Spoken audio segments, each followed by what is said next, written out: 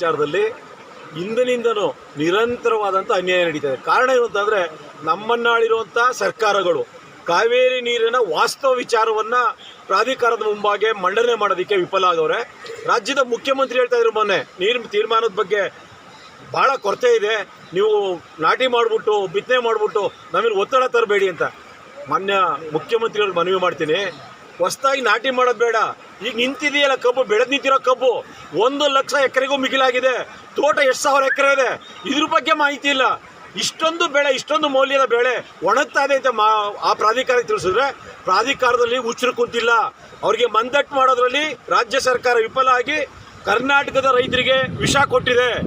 ಇವರು ಅಧಿಕಾರ ಹಂಚ್ಕೊಳ್ಳೋಕ್ಕೆ ಡೆಲ್ಲಿಲಿ ಕೂತವ್ರೆ. ನಮ್ಗೆ ಇವತ್ತು ಭೇಟಿ ಕೊಡ್ತಾ ಇಲ್ಲ ಇವ್ರ ಯೋಗ್ಯತೆಗೆ. ಅವ್ನು ಯಾರೋ ಒಬ್ಬ ಕಾಂಗ್ರೆಸ್ ಲೀಡರ್ ಅಂತೆ, ಅವ್ನ ಭೇಟಿಗೆ ಬೆಳಗ್ಗೆ ಸಂಜೆ ತನಕ ಕೈ ಕೂತ್ರಂದ್ರೆ ರಾಜ್ಯನ ಒತ್ತೆ ಇಟ್ಟವ್ರೆ. ರಾಜ್ಯಕ್ಕೆ ವಿಷ ರೈತರಿಗೆ ವಿಷ ಕೊಡ್ತಾ ಇದ್ದಾರೆ. ಇಂಥ ಅನ್ಯಾಯ ಬಹುಶಃ ಈ ರಾಜ್ಯ ಸರ್ಕಾರ ಮಾಡ್ತಿರುವಂಥದ್ದು ಹಲವಾರು ಹಿಂದಿನ ಮಾಡಿದ್ರು. ಇದು ಗಂಭೀರವಾದಂಥ ವಿಚಾರ. ಈ ಪ್ರಾಧಿಕಾರ ಅಂತ ಇದೆಯಲ್ಲ, ಆ ಪ್ರಾಧಿಕಾರ ತಮಿಳುನಾಡಿನ ದಬ್ಬಾಳಿಕೆಗೆ ಎದುರ್ಕೊತಾ ಇದೆ. ಒಕ್ಕೂಟದಿಂದಲೇ ಹೊರಗಡೆ ಹೊಂಡೈತೀವಿ ಅಂತಾರೆ, ನ್ಯಾಯಾಲಯಕ್ಕೆ ಲಂಚದ ಆಸೆ ತೋರಿಸ್ತಾರೆ, ಪ್ರಾಧಿಕಾರಕ್ಕೆ ಧಮಕಿ ಹಾಕ್ತಾರೆ. ಆದರೆ ನಮ್ಮ ರಾಜ್ಯ ಸರ್ಕಾರ ಇರೋ ವಾಸ್ತವ ತಿಳಿಸೋದ್ರೆ ಫೇಲ್ಯೂರ್ ಆಗಿ ಇವತ್ತು ಕರ್ನಾಟಕದ ರೈತರು ಆತ್ಮಹತ್ಯೆ ದಾರಿಗೆ ಹಿಡಿದವ್ರೆ.